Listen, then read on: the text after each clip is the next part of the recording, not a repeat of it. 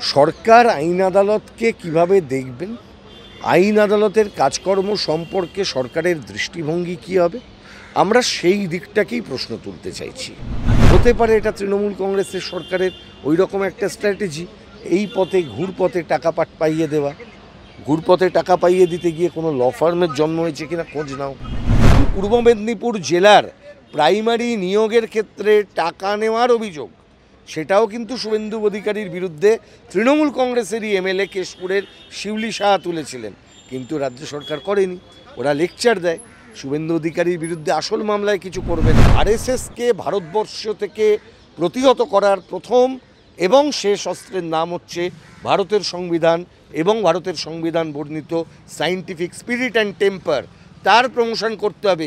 ধর্ম দিয়ে কখনো এই লড়াই লড়া যাবে না। দাদা, একেবারেই আরটিআই করে বিভিন্ন ক্ষেত্রে দিয়ে যে তথ্য উঠে আসছে যে 2019-20 অর্থবর্ষ এবং 2019-20 অর্থবর্ষ থেকে 2023-24 অর্থবর্ষে রাজ্য সরকার উকিল বাবদ খরচা করেছে প্রায় 65 কোটি টাকা। কি বলবেন, তার বেশিও হতে পারে? দেখুন, সাধারণত উকিলদের যে ফিজ, এটা উকিলরা নিজেরা নির্ধারণ করেন, আইনে সেই সুযোগ দেওয়া আছে। সরকার কাদেরকে উকিল রাখবেন এবং উকিল নিয়োগ করবেন সেটা সরকারের সিদ্ধান্ত। সেক্ষেত্রে সরকার একজন মামলাকারী হিসেবেই গণ্য হবেন, এটা সাধারণ নিয়ম। সাধারণত আমরা দেখেছি এর আগে বহু আইনজীবী, নামকরা আইনজীবী, প্রবাদ প্রতিম আইনজীবী, প্রাতঃস্মরণীয় আইনজীবী, যারা বিভিন্ন সময়ে বিভিন্ন সরকারের হয়ে, এই পশ্চিমবঙ্গ সরকারের হয়েও মামলা করেছেন, তাদের আমরা দেখেছি এমন এমন কিছু উদাহরণ তারা স্থাপত্য করেছিলেন, যে উদাহরণগুলি হচ্ছে বিনা পয়সায় একদম 1 টাকা মূল্যে সরকারের কাজ করেছেন। আমরা এরকম মানুষও দেখেছি যারা সরকারের কাজ যখন করেছেন তখন বৃহত্তর স্বার্থটা মাথায় রেখে করেছেন, যেহেতু সরকার হচ্ছে সাধারণ মানুষের টাকায় চলা একটি প্রতিষ্ঠান। সেই সরকারের কাজ করতে গিয়ে কোটি কোটি টাকা যারা বিল করেন, তারা কতটা ঠিক সেই প্রশ্ন কিন্তু থাকে। কিন্তু তার থেকেও বড় যে প্রশ্নটা থাকে, আইনজীবীরা তো তাদের যে চার্জ সেটা তারা নির্ধারণ করেন, কিন্তু সরকার কি করে এই সিদ্ধান্তগুলোকে এন্ডোর্স করেন। তার মধ্যে ধরতে হবে সরকারের এই যে আর্থিক সংকটের গল্প সরকার যে মাঝে মধ্যেই করতে থাকে, যে সরকারের আর্থিক সংস্থান নেই, ডিএ দেবার জন্যে সংস্থান নেই, মাইনে দেবার জন্যে সংস্থান নেই, সাধারণ মানুষের জন্য যে পরিষেবা দেওয়া সেই পরিষেবার ক্ষেত্রে সংস্থান নেই, তাহলে কি এই জায়গাটাতেও সরকার কম্প্রোমাইজ করছে? আমার প্রশ্ন হচ্ছে সরকারের আইনজীবী নিয়োগের যে নীতি, সেই নীতির প্রতি এই নীতি পরিবর্তন হওয়া দরকার।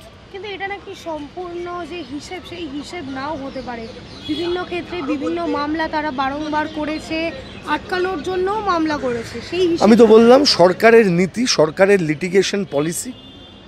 সরকার আইন আদালতকে কিভাবে দেখবেন, আইন আদালতের কাজকর্ম সম্পর্কে সরকারের দৃষ্টিভঙ্গি কী হবে, আমরা সেই দিকটাকেই প্রশ্ন তুলতে চাইছি। পশ্চিমবঙ্গে বর্তমান যে সরকার চলছে, তারা বিভিন্ন ক্ষেত্রের এই সুযোগগুলোকে, সরকারি টাকাকে বিভিন্ন ব্যক্তিগত জায়গায় পৌঁছে দেবার জন্য চেষ্টা করেন। হতে পারে এটা তৃণমূল কংগ্রেসের সরকারের ওই রকম একটা স্ট্র্যাটেজি, এই পথে ঘুরপথে টাকা পাইয়ে দেওয়া। ঘুরপথে টাকা পাইয়ে দিতে গিয়ে কোনো ল ফার্মের জন্ম হয়েছে কিনা খোঁজ নাও। যারা সার্ভেন্ট অফ ডিমান্ডস হিসেবে কাজ করে, অর্থাৎ যা দাবি থাকে, যা চাহিদা থাকে, সেই চাহিদার যোগান দেবার জন্য ল ফার্ম কাজ করে, এরকম কোনো ল ফার্ম তৈরি হয়েছে কিনা একটু খোঁজ নাও। ঘুরপথে সেই টাকা অন্য কোথাও যাচ্ছে কিনা খোঁজ নাও।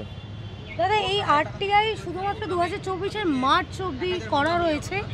আরজিকর মামলা কিন্তু এখন এর সাথে যুক্ত। আমি আরজিকর মামলা কি অন্য মামলা, প্রতিটা মামলায় সরকার যদি এমন কোনো লিটিগেশন পলিসি করেন, যে লিটিগেশন পলিসির মূল ধারণাটাই হচ্ছে যে টাকাটা পাইয়ে দেওয়া, টাকাটা কাউকে পাইয়ে দেওয়া এবং পাইয়ে দেওয়ার বিনিময়ে তার কাছ থেকে এমন একটা সার্ভিস নেওয়া যা জনগণের মূল স্বার্থকে বিঘ্নিত করে।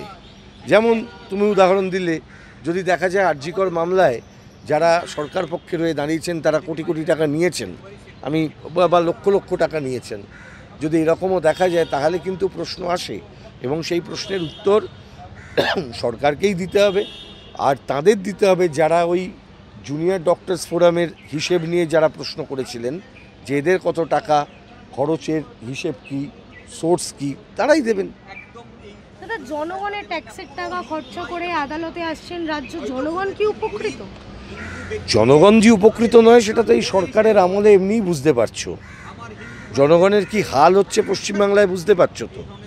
এখন তো দুটো জিনিসই দেখি, তৃণমূলের নেতারা বলেন যে বিজেপির কর্মীদের বাড়ি বাড়ি গিয়ে আমরা ঘেরাও করব, বিক্ষোভ দেখাবো, আর বিজেপির নেতারা বলে তৃণমূলের কর্মীদের বাড়ি বাড়ি গিয়ে ঘেরাও করব আর বিক্ষোভ করব। বিজেপির নেতারা তৃণমূল কর্মীদের ধর্ম দেখতে থাকেন, আর তৃণমূলের নেতারা বিজেপি কর্মীরা নরেন্দ্র মোদীর কি সরকার কি করেছে তার জন্য তাদের দায় নিতে হবে এই বলে ধমকাতে থাকেন। তো মানুষকে দুপক্ষ মিলে একটা স্যান্ডউইচ পজিশনে ফেলে দিচ্ছেন এই পশ্চিমবাংলায়। দাদা, তৃণমূলের পক্ষ থেকে বলা হচ্ছে যে বিজেপি রাজ্যে যে এত এত টাকা লুট করছে, আর তৃণমূল শুধুমাত্র যারা পেশাদার তাদের প্রাপ্যটুকু দিচ্ছে বলে দোষ। তৃণমূলের পক্ষ থেকে কি বলা হয়েছে সেটা তো বড় কথা নয়। তৃণমূল কংগ্রেস রাজ্য সরকারের কোন কোন টাকা কোথা দিয়ে নেয়, কোন কোন টাকা থেকে তারা লাভবান হয় তার হিসেবটা আমরা যদি খুলতে শুরু করি তাহলে আমাদের শুরু করতে হবে এই বিশ্ব বাংলার লোগো দিয়ে। কেন? বিশ্ব বাংলার লোগো দিয়ে আমাদের শুরু করতে হবে। পিসিমণি বিশ্ব বাংলার লোগো এঁকেছিলেন, আর কয়েকদিন বাদে ভাইপো গিয়ে তার আবেদন করেছিলেন ব্যক্তিগতভাবে তার মালিকানার জন্য।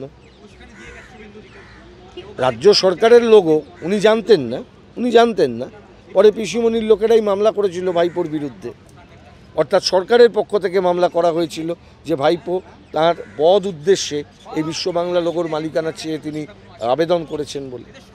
একেবারেই অন্য প্রসঙ্গে আসবো, শুভেন্দু অধিকারীর যে রক্ষা কবচ, সেই রক্ষা কবচ তুলে নেওয়া হলো, এই রক্ষা কবচ শব্দটা আইনের কোন বইতে আছে আমি জানি না।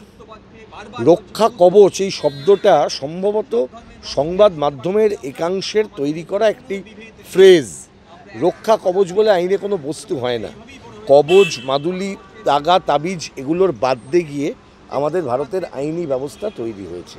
আপনাদের মনে রাখা উচিত আমাদের ভারতের সংবিধানে এখনও পর্যন্ত কিন্তু আর্টিকেল 51A রয়েছে, যেখানে বলা আছে সায়েন্টিফিক স্পিরিট এবং টেম্পার, এটা হচ্ছে আমাদের সংবিধানের মূল ইথোস, মূল বার্তা, মূল দর্শন, সায়েন্টিফিক স্পিরিট অ্যান্ড টেম্পার।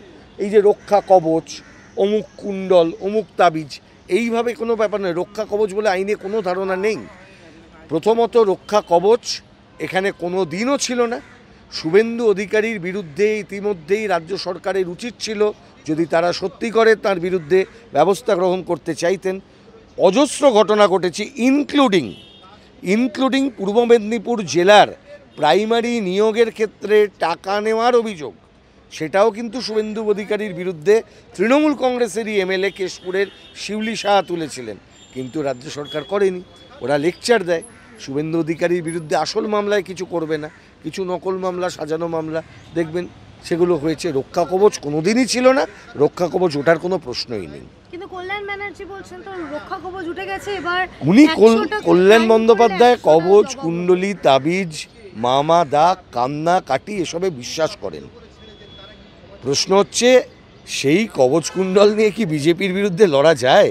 কল্যাণবাবুর প্রতি আমার এটাই প্রশ্ন। আপনি বিজেপির বিরুদ্ধে লড়ছেন, আরএসএসের বিরুদ্ধে লড়ছেন, তা আপনার অস্ত্র কী হওয়া উচিত? আপনার অস্ত্র হওয়া উচিত বই, আপনার অস্ত্র হওয়া উচিত মস্তিষ্কের যুক্তি, আপনার অস্ত্র হওয়া উচিত ভারতের সংবিধান। আর আপনি লড়তে যাচ্ছেন কি আরএসএস বিজেপির বিরুদ্ধে? কবচ নিয়ে, কুণ্ডল নিয়ে, তাবিজ নিয়ে। হনুমানের বিরুদ্ধে লড়ছেন, বলছেন মা কালীর জয় করে আপনি লড়তে পারবেন নাকি? আপনার লড়াই হবে যুক্তি বাদ দিয়ে।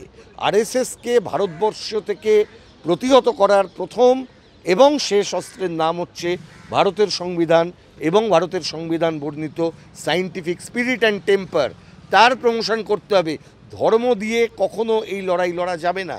কল্যাণ বন্দ্যোপাধ্যায় যদি এই কথা বলে থাকেন যে রক্ষা কবচ উঠিয়ে নিয়েছেন, তাহলে ওনার উদ্দেশ্যে একটা কথা, রক্ষা কবচ কোনো দিন ছিল না।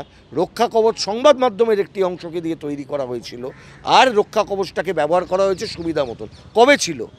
শুভেন্দু অধিকারীর বিরুদ্ধে আদালত বলেছিল কোনো এফআইআর করা যাবে না?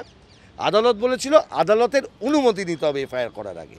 রাজ্য সরকার জানতো না। শিউলি সাহা তৃণমূলের এমএলএ কেশপুরের বলেছিল যে পূর্ব মেদিনীপুরের প্রাইমারি অ্যাপয়েন্টমেন্টের ক্ষেত্রে শুভেন্দু অধিকারীর নিজের ভূমিকা ছিল। আমার অভিযোগ নয়, একটু পুরনো রেকর্ড ঘাঁটো। তৃণমূলের এমএলএর কমপ্লেনের ভিত্তিতে পশ্চিমবঙ্গ সরকার একটা এফআইআর করলো না? করা উচিত ছিল না? কেন করলো না? তাহলে জবাব দিতে হবে। তাহলে সরকারটা কার? এরম তো কোথাও বলেনি। জাস্টিস মান্তার অর্ডারে কোনো জায়গায় বলা ছিল কি যে তাকে গ্রেপ্তার করা যাবে না, তার বিরুদ্ধে কোনো মামলা করা যাবে না? তৃণমূল কংগ্রেসের সরকার এটা করতে চায়নি।